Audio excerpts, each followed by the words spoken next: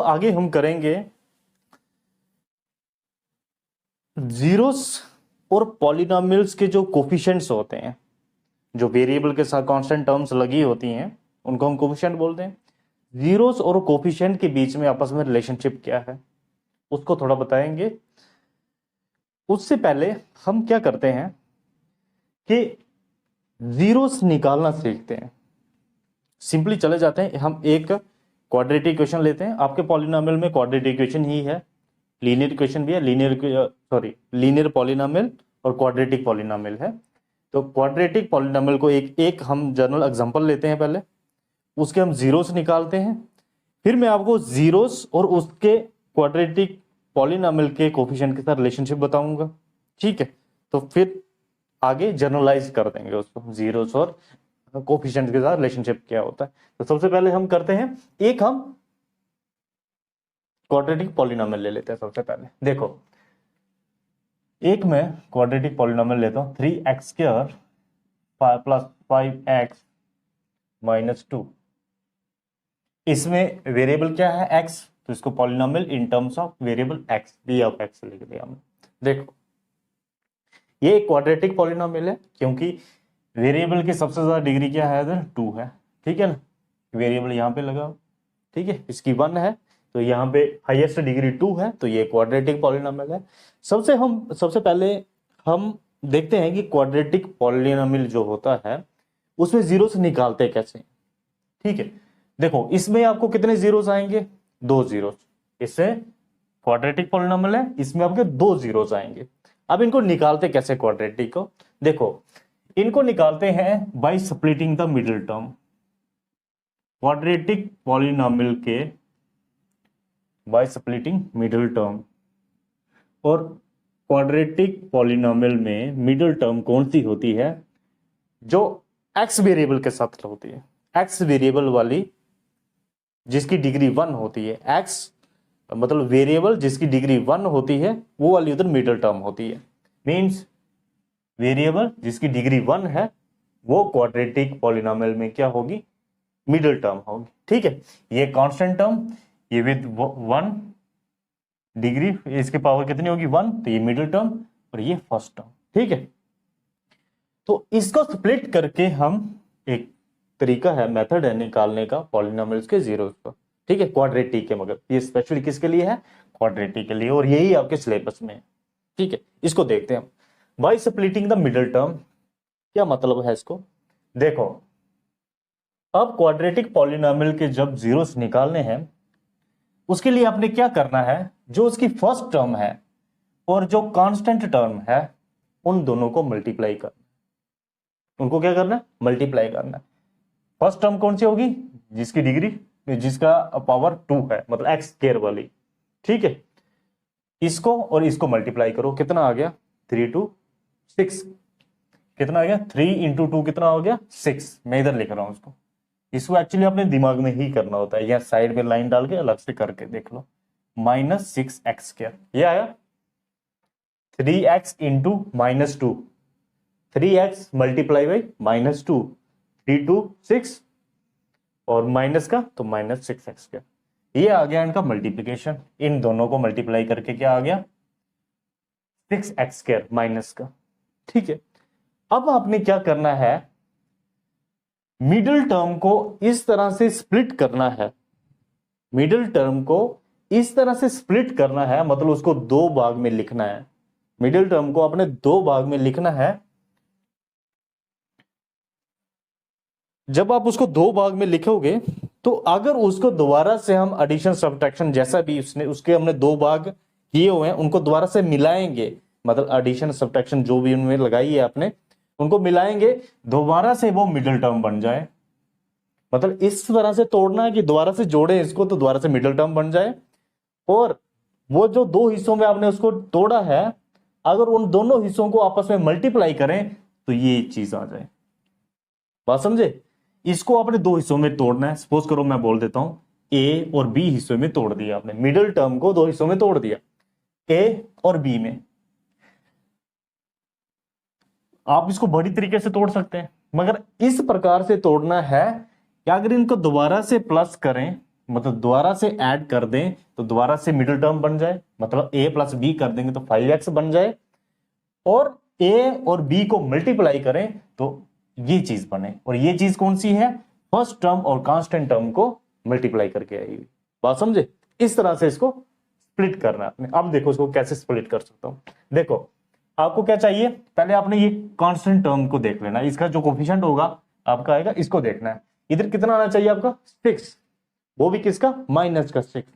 देखो 5 को मैं किस प्रकार से तोड़ सकता हूं, अगर मैं इसको 3 और 2 लिखूं, जस्ट अपने दिमाग में ये प्रोसेसिंग करें, जब आप इसको प्रैक्टिस करोगे तो आपको इजीली निकल जाएगा। समझाने के लिए आपको इसको अलग से करोगे, एक टाइम आएगा कि आप इसको दिमाग में ही कर लोगे, इसको किस में तोड़ूं मैं, ठीक है। 3 और 2 में करूं, अगर इस 5 को, x को छोड़ देते हैं अभी, पहले 5 को ले लेते हैं, 5 को मैं 3 और 2 में तोड़ दूं तो इनको प्लस करेंगे दोबारा से 5 बन जाएगा, और इनको मल्टीप्लाई करेंगे तो 6 बन रहा है। बस समझे?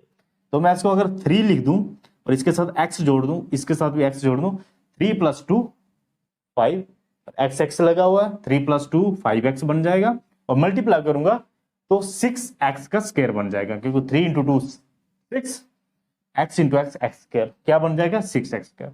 मगर इधर एक आपको प्रॉब्लम है, ये इसके बराबर नहीं आया। क्यों नहीं आया? क्योंकि ये प्लस का है, ये माइनस का है। अब आपने देखना इसको किसी और तरीके से टूटेगा ये। अब किससे तोड़ सकते हैं, 3 और 2 तो 5 कर लिया हमने, 4 और 1 करेंगे तो 5 आ सकता है, मगर 4 और 1 को मल्टीप्लाई करेंगे तो 4 आएगा, 6 नहीं आएगा, ठीक है। वैसे ही और क्या कर सकते हैं, 4 और 1 हो गया, 3 और 2 हो गया, बस इस तरह से तोड़ सकते हैं। और एक और तरीका है, 6 और उसमें से एक माइनस का रख लें, अगर 6 और 1 माइनस का रख लें तो ये दोबारा से 5 आ जाता है, 6 में से एक निकाल दे तो 5 आ जाएगा। और 6 × -1 करेंगे, 6 × -1 करेंगे तो -6 आएगा। क्या आएगा, -6। ये एग्जैक्टली इसके बराबर भी आ रहा है और ये एग्जैक्टली मिडिल टर्म के बराबर भी आ रहा है। तो इसको हम किस में तोड़ सकते हैं, 6 और -1 में, और इसको लगा दो x और इसको लगा दो x, क्या बन जाएगा, -6x। बात समझे? तो 5x को हम तोड़ सकते हैं 6x और -1x। बात समझे? तो इस तरह से इसको तोड़ लो, स्प्लिट कर लिया हमने, 3x² माइनस, अच्छा अब इसमें ये भी चीज देखनी है आपने, माइनस का कौन सा वाला रखें और प्लस का कौन सा वाला रखें।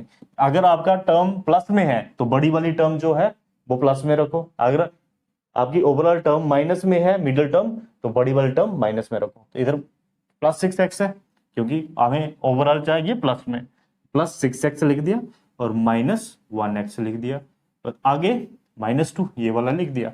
ये हमने मिडिल टर्म को स्प्लिट कर लिया। ये आ गया अब इसका रिलेशनशिप जो मैंने आपको पहले समझाया, ठीक है। इस तरह से तोड़ना है, तोड़ लिया आपने ये। अब देखो हमने एक गलती कर ली यहां पे, हम क्या निकाल रहे हैं, इस पॉलिनोमियल के जीरोस निकालना है। तो सबसे पहले लेट करना है अपने पॉलिनोमियल को 0 के बराबर। क्या करना है, क्योंकि एक्सप्रेशन को आपने 0 बनाना है, एक्स की हम वैल्यू निकालने की कोशिश कर रहे हैं, एक्स की वो वैल्यूज जो इस एक्सप्रेशन को 0 कर दे। तो हम लेट कर लेते हैं वो पॉलिनोमियल 0 के बराबर है, तो ये पी ऑफ एक्स किसके बराबर कर लेते हैं, हम इक्वेट कर लेते हैं 0 के बराबर। फिर चलना है अपने आगे, करना वही है, सिर्फ आपने 0 के बराबर कर लेना है, ठीक है। फॉर जीरोस पॉलिनोमियल को अपने लेट कर लेना किसके बराबर, 0 के बराबर, ठीक है। For the zero of this expression P of X equal to must be 0, P of X 0 होगी तो फिर ये एक्सप्रेशन 0 के बराबर लिख दिया, फिर हम चल पड़े आगे, ठीक है। फर्स्ट आपने ये वाला करना है। अब देखो ये हमने स्प्लिट कर ली, अब आपने क्या करना है, इनको दो को इकट्ठा करना है। फर्स्ट 2 4 टर्म्स बन गई ना, 1 2 3 4, ठीक है। इन फर्स्ट 2 को इकट्ठा करना है। इसमें देखो 3x² + 6x, इसमें दोनों में कॉमन क्या चीज है, 3 और 3 इसमें भी कॉमन होगा। अगर मैं इन दोनों टर्म में से 3 कॉमन निकाल लूं तो पीछे क्या बचेगा, अच्छा x भी कॉमन निकाल सकते हैं, क्योंकि इसमें 2x है, इसमें सिर्फ एक ही x है, तो 3x में कॉमन निकाल सकता हूं। तो थोड़ा बड़ा करके लिख देता हूं, 3x। इन दोनों टर्म्स में आप कॉमन क्या निकाल सकते हो, वो आपने ले लिया, 3x निकाल सकता, क्योंकि 3 इसमें से कॉमन निकाल सकता, 6 में भी 3 कॉमन निकाल सकता, क्योंकि 3 2 6, 3 × 2 6, 3x कॉमन, पीछे क्या बचा, इसमें सिर्फ x बचा, पहली टर्म में सिर्फ x बचा, क्योंकि 3x इंटू एक्स कितना हो जाएगा 3x², ठीक है, और प्लस 6x था, इसका भी 3x बाहर निकाल दिया, पीछे क्या बचेगा +2। देखो इन दो टर्म में से ये चीज निकाल दी हमने, 3x बाहर निकाल दिया, पीछे क्या बच गया x + 2, ठीक है। अब ये जो आपने ब्रैकेट के अंदर चीज ली हुई है सेम एग्जैक्टली आप इधर लिखनी है, x + 2 लिख लिया, आगे बराबर इसको इक्वल कर देना 0 के। अब देखो x + 2 है इधर, इन दो टर्म्स को देखो, मिडिल वाली को बिटा लेते हैं।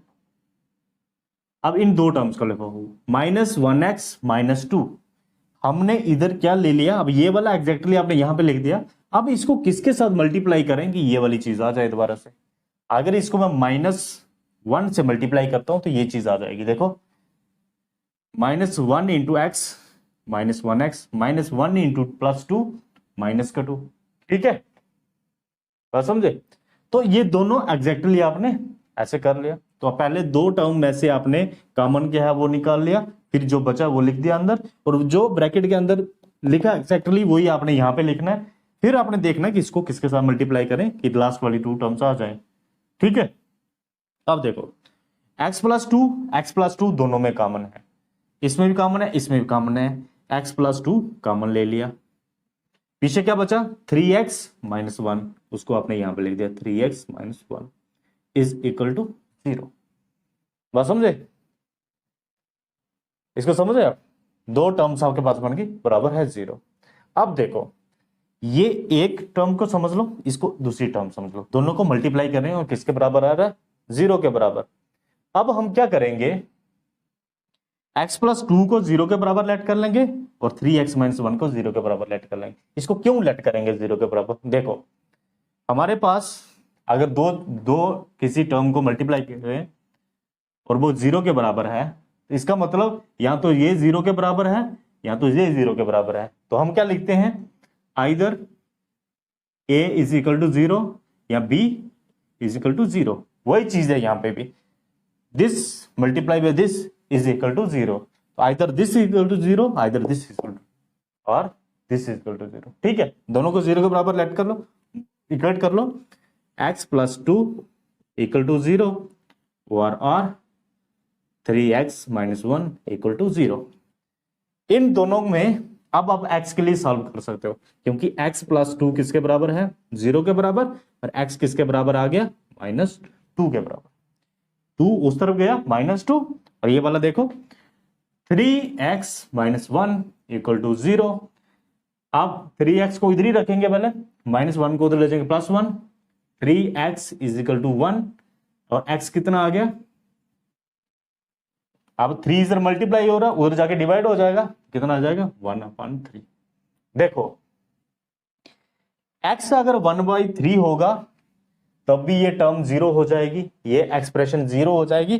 x अगर 2 होगा तब भी ये एक्सप्रेशन 0 हो जाएगी। आए दो जीरो से आगे, देखो हमने ये this into this equal to 0, हमने बोला ये 0 के बराबर है, यहाँ ये 0 के बराबर है, इसमें दोनों के लिए x की वैल्यू निकाली, x एक में -2 आया, दूसरे में 1/3 आ गया।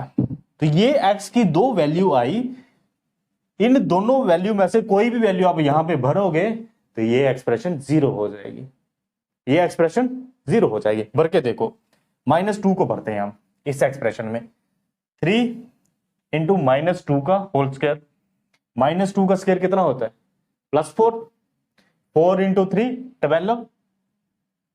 12 हो गया, 5 इंटू -2 कितना हो गया -10 और -2, करो उनको दोनों, -10 और -2 -12 और +12 आ गया 0। वैसे ही आप 1/3 भरोगे तो ये एक्सप्रेशन क्या आ जाएगी 0 आ जाएगी। अब मैं इसको, ये हो गया by splitting the middle term के तरीके से, मेथड से आप जीरोस निकाल सकते हो क्वाड्रेटिक पॉलिनोमियल के, बस समझे। तो ये आपको फर्स्ट टाइम डिफिकल्ट लग सकता है, मिडिल टर्म स्प्लिट करके आगे क्या किया, जब आप इसको बार बार प्रैक्टिस करोगे तो आप बहुत इजीली इसको निकाल लोगे। सिर्फ आपने समझना क्या है कि मिडिल टर्म को इस तरह से स्प्लिट करना है कि अगर उसको दोबारा से जोड़ें, दोबारा से मिडिल टर्म बन जाए, अगर उन तोड़ के जो टर्म्स बनाई है हमने उनको मल्टीप्लाई करें तो इनका दोनों का मल्टीप्लाई हो जाए। ठीक है, बात समझे? इजी है। अब मैं इस सारी चीज को इरेज करके ये दो जीरो जो है, क्योंकि हमारा टॉपिक क्या था, relationship between zeros and coefficient of polynomial, हमने वो चीज देखनी है। तो हमने पहले एक पॉलिनोमियल ली, उसके मैंने आपको जीरोस निकाल के दिखाए, ये दो जीरोस हैं। अब मैं दिखाऊंगा आपको कि इन जीरोस का इस एक्सप्रेशन का क्या रिलेशनशिप है आपस में, वो देखेंगे। फिर इस चीज को हम जर्नलाइज कर देंगे। ठीक है, जर्नलाइज मतलब किसी भी पॉलिनोमियल के आप उसको अप्लाई कर सकते हो। देखो अब इसको मैं सॉल्व कर देता हूं, पहले दोनों को जीरो इकट्ठे करके लिखता हूं। भाई ये splitting the middle term method जो है ये हमने बहुत बार यूज करना है, तो इसको आपको आसानी से लर्न हो जाएगा। वो कितना आया था ये 1/3, जीरो हमारा आया था। एक्स की कितनी वैल्यूज दो आई थी जीरोस के लिए, 1/3, और दूसरा आया था -2। एक्स की ये दो वैल्यूज इस एक्सप्रेशन को जीरो करेंगी, this is known as zero. तो क्वाड्रेटिक इक्वेशन क्या है, दो जीरोस बताया था मैंने आपको, क्वाड्रेटिक इक्वेशन में दो जीरोस होते हैं, मतलब एक्स की दो ऐसी वैल्यूज होंगी जो इस एक्सप्रेशन को जीरो करेंगी। ठीक है, अब देखो ये आ गया हमारे पास क्वाड्रेटिक पॉलिनोमियल्स के जीरोस। अब मैं बताता हूं आपको इसके रिलेशनशिप क्या है।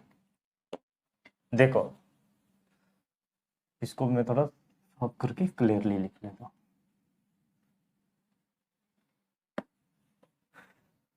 ये क्या आ गई, 3x² प्लस 5x -2। ये आपके पास एक एक्सप्रेशन है, ये इसके जीरोस हैं, ये हमने splitting the middle term method से निकाल ली। अब देखो कोफिशिएंट कहां पे है, ये 3 जो है ये x² का कोफिशिएंट है, मतलब x² का कोफिशिएंट क्या है 3 है, और x का कोफिशिएंट क्या है, कोफिशिएंट लिखना आपने, coefficient of x, coefficient of x 5 है, और इसके ये प्लस प्लस है, इधर माइनस कुछ साइन नहीं डाले तो ये प्लस है, अंडरस्टूड है, +3 है, तो ये +5 है। और कांस्टेंट टर्म क्या है हमारे पास, कांस्टेंट टर्म क्या है -2। ठीक है, ये तीनों लिख दिए मैंने। 3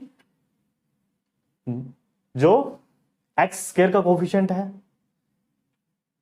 5 x का कोफिशिएंट है, और -2 कांस्टेंट टर्म। अब मैंने आपको बताना है जो हमने इसके जीरो से निकाले हैं दो, उनका इनके साथ क्या रिलेशनशिप है। ठीक है, देखो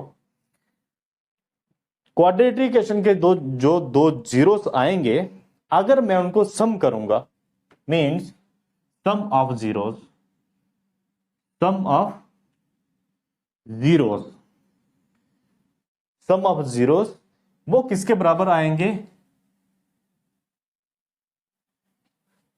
coefficient of this upon coefficient of this, means coefficient of X, और उसके लिए साइन लगाना साथ में आपने माइनस, माइनस कोफिशिएंट ऑफ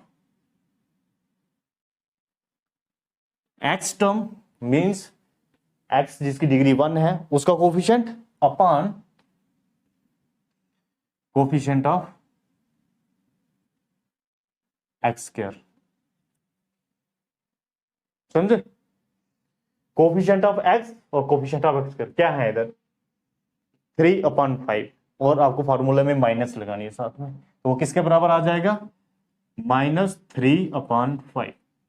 देखो सॉरी 5 है ना, कोफिशिएंट ऑफ x क्या है 5 है, ये मिडिल टर्म का कोफिशिएंट क्या है 5, तो फार्मूला क्या है -5। ठीक है, और ये ऑलरेडी माइनस में होता तो उधर माइनस इंटू माइनस प्लस हो जाती।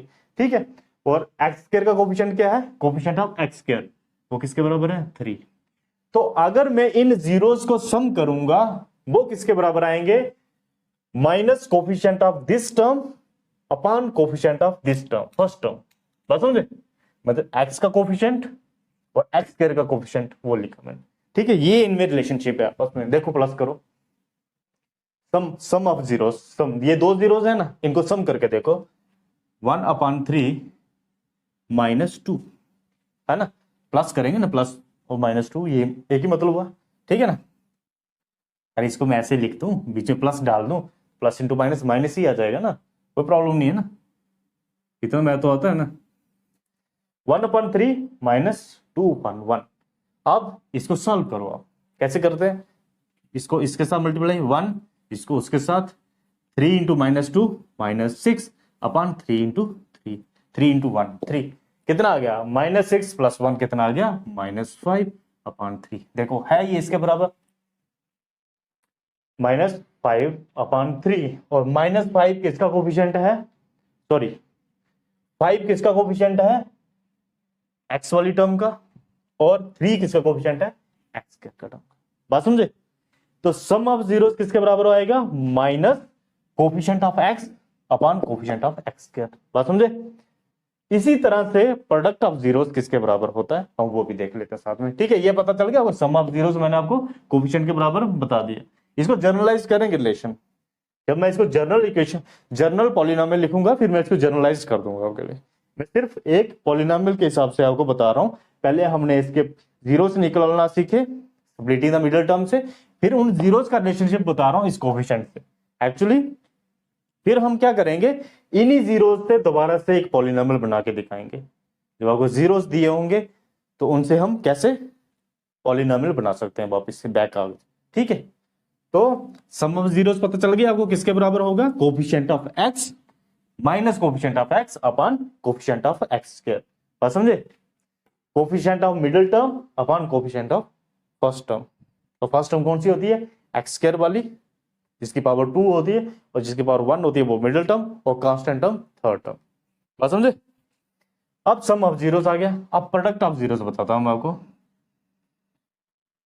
प्रोडक्ट ऑफ जीरोस, अगर इन जीरोस का मैं प्रोडक्ट करूं, मतलब इनको मल्टीप्लाई करूं, तो वो पता किसके बराबर आएंगे, कांस्टेंट टर्म, इधर मैंने माइनस नहीं लिखा, माइनस नहीं होता इसमें, माइनस सिर्फ इसके लिए होता है, ठीक है। Sum of zeros constant term upon coefficient of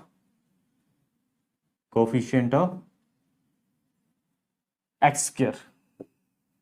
और दिखाओ इधर कांस्टेंट टर्म क्या है हमारी, -2, वो किसके बराबर आएगा, -2, ये माइनस इसको लगा हुआ है पहले का, ठीक है, -2 upon coefficient of x square, वो कितना आ जाएगा 3, -2/3,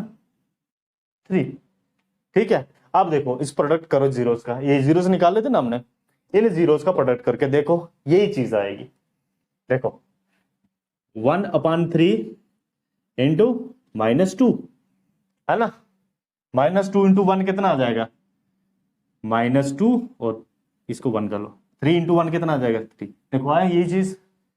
तो जीरोस का प्रोडक्ट करोगे तो constant term upon coefficient of x square, और जीरोस का सम करोगे वो आएगा minus coefficient of X upon coefficient of x square. Simple है, हेलो, ठीक है। ये हो गया आपको relationship of polynomial with zeros, sum of zeros and product of zeros. बात समझे। अब इस चीज को हम जर्नलाइज कर देते हैं। अब मैं एक जर्नल पॉलिनोमियल लिखता हूं, फिर मैं आपको बताता हूं इसको जर्नल कर दो, और फिर आप किसी के साथ भी इसको कोरिलेट कर सकते हो। कोई भी पॉलिनोमियल क्वाड्रेटिक, कोई भी क्वाड्रेटिक पॉलिनोमियल आएगा तो उसके साथ इसको आप कोरिलेट करके सीधा बता सकते हैं। मैं आपको सिर्फ इसके कंपैरिजन में ही एक जर्नल पॉलिनोमियल लिखता हूं, और फिर मैं सम ऑफ जीरोस और प्रोडक्ट ऑफ जीरोस बता देता हूं। देखो इसको साफ कर लेते हैं। कोफिशिएंट तो आपको पता ही है, कोफिशिएंट वो होंगी जो कांस्टेंट टर्म इन वेरिएबल्स के साथ जुड़ी हुई होती है, ठीक है। अब देखो मैं एक मैथ में कांस्टेंट टर्म हम ए बी सी डी से लेते हैं स्टार्टिंग से, और वेरिएबल टर्म्स जो लेते हैं वो एक्स वाई जेड को डिनोट करते हैं, उससे लेते हैं एक्स वाई जेड से, ठीक है। तो हम उसी हिसाब से ले लेते हैं। एक पहले हमने कांस्टेंट लेना कोई, तो हम ए ले लेते हैं कांस्टेंट। अब वेरिएबल एक्स को ही मानते हैं, एक्स स्क्वायर, ये बन गई first term, plus be constant term, मतलब कोफिशिएंट कांस्टेंट बी, और ये किसका कोफिशिएंट आ गया, एक्स का, और प्लस सी कर लेता हूं। ये मैंने एक जर्नल पॉलिनोमियल ले लिया। इसमें वेरिएबल क्या है, P of x, x is the variable here, ठीक है। ये आपके पास क्या आ गया, एक जर्नल क्वाड्रेटिक पॉलिनोमियल आ गई। इसके दो जीरोस होंगे, क्वाड्रेटिक पॉलिनोमियल के कितने जीरो होते हैं, दो जीरोस, तो मैं इसके दो जीरोस मान लेता, लेट कर लेता हूं। अच्छा, इनके जीरो सेलेक्ट करते हैं हम अल्फा और बीटा में, ठीक है, अल्फा बीटा गामा से, ठीक है। तो दो जीरोस हैं, एक जीरो को मान लेते हैं हम अल्फा, दूसरे जीरोस को मान लेते हैं बीटा। मतलब एक्स की एक अल्फा वैल्यू आएगी, एक बीटा वैल्यू आएगी, जो इस एक्सप्रेशन को जीरो कर देगी। मतलब जैसे ये दो जीरो आए थे ना, 1.3 -2, ये दो जीरोस थे, मैं इनको जर्नल लेट कर लेता हूं अल्फा और बीटा, और यही लेट किए हैं एनसीईआरटी में भी, अल्फा और बीटा। बस समझे। अब इन जीरोस का सम इसके किसके बराबर होगा, जनरलाइज्ड वे में कर रहे हैं। अल्फा, देख सम ऑफ जीरोस क्या होगा, अल्फा प्लस बीटा, ये किसके बराबर होगा, minus coefficient of x, coefficient of x क्या है इधर, बी, तो minus b upon coefficient of x square क्या है, ए। तो alpha plus beta minus b upon a, generalised में बोल रहा हूं, ठीक है। और अल्फा इंटू बीटा पता किसके बराबर होता है, c upon a, constant terms upon coefficient of x square means a, इधर ए है, ठीक है। तो ये हो गया जनरलाइज्ड। सम ऑफ जीरोस किसके बराबर होगा, माइनस बी अपॉन ए, और प्रोडक्ट ऑफ जीरोस किसके बराबर होगा, सी अपॉन ए, ठीक है।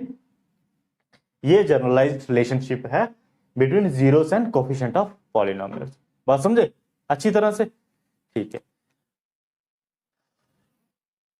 ठीक है, इसके साथ में अभी एक टॉपिक और है, मतलब इसी के रिलेटेड है, कि अगर हमें सम ऑफ जीरोस और प्रोडक्ट ऑफ जीरोस दिए हों तो हम उससे दोबारा से पॉलिनोमियल कैसे बना सकते हैं, वो भी देखेंगे। और साथ में देखते हैं कि अगर यहाँ पे क्यूबिक पॉलिनोमियल होता तो उसके जीरोस का रिलेशनशिप क्या रहता है कोफिशिएंट में। अभी हम सीधा डायरेक्ट में इसको ड्राइव कर लेते हैं, ठीक है। पहले इसको देख लो, इसको साफ करते हैं और फिर आगे चलते हैं, ठीक है। ओके।